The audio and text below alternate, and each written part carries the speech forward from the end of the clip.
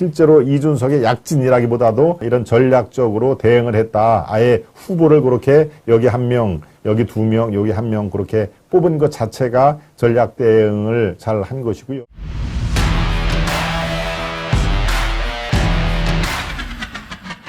사실은 이준석계라고 불리는 네 사람이 다 진출을 했죠. 예, 최고 대표위에는 천하람, 아까 우리 시청자 여러분이 천하람이 영향력을 끼칠 것 같다. 본인은 대표가 되지를 대표가 되지는 못합니다. 그렇지만 천하람이 결선 투표에서 몇 표를 득표를 하냐에 따라서 표의 잠식 현상이 있을 수가 있죠. 그래서 1, 2위의 얼굴을 바뀌게 할 수는 있을 것 같다. 그게 크게 영향을 미치는 상황인데, 예, 대표에는 천하람, 그리고 또 뭡니까? 최고위원회는 뭐 여러 사람이 지금 들어가 있죠. 김용태, 또 뭡니까? 허은하, 예, 그리고 또 청년 최고위원회는 뭐 이기진입니까? 예, 하여튼 4명의 이른바 이준석 사단을 다 이렇게 진출을 해서, 야, 당내에 확실하게 이준석 그 계보가 아직 안 있구나. 그리고 이준석을 지지하는 당원들이 최소한도 한 15에서 20%는 있구나라는 얘기인데요. 예, 여러분 이렇게 생각하시면 됩니다. 이준석의 약진이라기보다는 이준석은 대표 하나, 또 최고위원회 둘, 청년퇴의구에 하나 이렇게 딱 4명만 냈지 않았습니까? 자기들 사람으로. 그러니까 이른바 15에서 20%에 해당하는 이준석 지지자들이 표를 투표하기가 아주 좋은 구도가 돼 있는 것입니다. 예, 대표의 천하람, 그다음에 최고위원회 2사람 뽑을 수 있는 것이죠. 청년 최고위원회 1사람 이렇게. 그래서 1명, 2명, 1명 이렇게 4명만 딱 그렇게 내보냈는데, 글쎄요, 머리는 좋지요. 그런데 말씀드린 대로 친윤 후보를 표방하는 분들은 7명, 8명 우르르 나오니까 전략적으로 표를 던질 수가 없는 얘기입니다. 예, 선거는 뭐니 해도 전략이 반드시 필요하죠. 7명, 8명이 우르르 나온 상태에서 알아서 잘 뽑으세요 라고 얘기를 하면 그 어떻게 알아서 잘 뽑습니까? 예, 그거는 있을 수가 없는 얘기죠.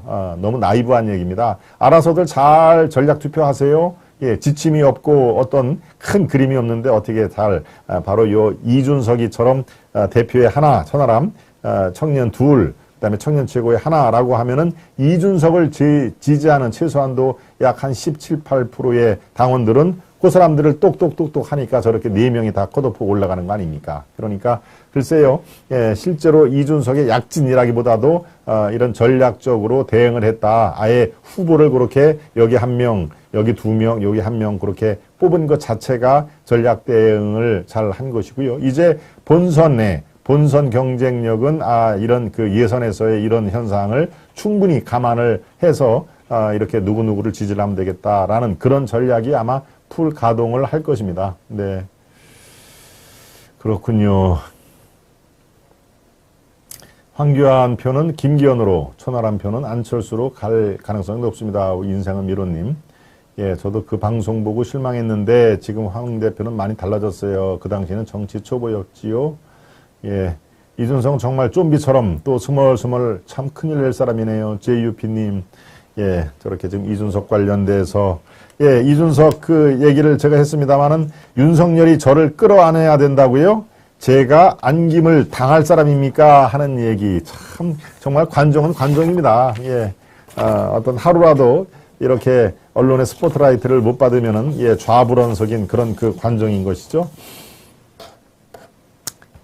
예, 이준석이 이렇게 얘기했습니다. 대통령의 멘토로 알려진 심평 변호사 앞서 말씀드렸습니다. 윤 대통령에게 이준석을 끊어 안아야 된다라고 조언한 것에 대해서 이제 말을 한 것입니다. 아니, 제가 끌어안김을 당할 사람이 아니다.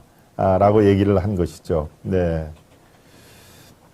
심평 변호사는 언제는 이준석을 버려야 한다고 했다가 갑자기 이준석을 끊어 안아야 된다. 이렇게 말을 하고 있다. 생각을 잘못하고 계신 게 이게 피동적인 관계가 아니다. 제가 생각하는 방향성과 윤석열 정부가 행동하는 방향성이 일치한다고 그러면 저는 칭찬한다. 지금은 완전히 제가 생각하는 방향성과 윤석열 정부가 나아가는 방향성이 다르기 때문에 비판적 자세를 취하는 것이다. 그게 중요한 것이지 누가 누구를 끌어안아서 누가 누구를 당기지 않아서 누가 누구를 밀쳐내서 그런 상황이 오는 것은 아니다. 예. 또 이렇게 질문을 했네요. 만약 주변 인사들에게 입각 제안이 왔을 경우에 어떤 선택을 하겠느냐라고 질문을 하니까 이준석의 얘기는 이렇습니까? 신뢰의 문제가 굉장히 중요하다. 제 주변에 누가 그런 기회를 얻었다고 했을 때 저는 당신의 이상을 실현할 수 있는 충분한 환경이 마련되었을까? 이런 얘기를 할 것이다. 예를 들어 장관이 얼마나 책임을 가지고 일할 수 있느냐. 예를 들어 누군가가 저출산 위원장 자리를 제안받는다고 한다면 저출산 정책에 대해서 자기 생각 하나 정도는 얘기할 수 있는 공간이 열려 있느냐. 그런 게 중요하다. 그게 안 열려 있으면 가서 어떤 망신을 사고 어떤 결과가 나오는지는 경험적으로 알기 때문에 아마 그런 건 쉽지 않을 것 같다. 예, 저출산 위원장 지금 이 얘기를 왜 했을까요? 나경원 얘기를 하는 것이죠. 봐라. 나경원이 저출산 부위원장 맡으면서 끝에 결과가 어땠느냐. 아주 처참하게 끌려 내려왔지 않느냐. 아예 본인이 대표 경선에 나간다고 사표를 냈는데 수리를 안 하고 아예 해임을 하지 않았느냐.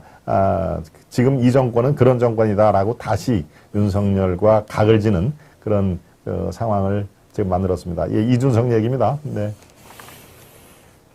예, 저는 김기현이 좋아서가 아니라 윤석열의 성공이 우리나라를 살리는 길이기에 차선의 선택으로 김기현을 지지합니다. 아마 우리 샤론님이 말씀하신 지금 한 문장 저거에 대해서 많은 부분이 아마 공감을 하실 거로 봅니다. 김기현, 안철수 개인보다 지금 대한민국을 위해서 윤석열 정부의 성공이 반드시 필요한데 그러기 위해서는 누구를 차선책으로 선택하느냐 이거에 대해서 지금 말씀이 있었습니다.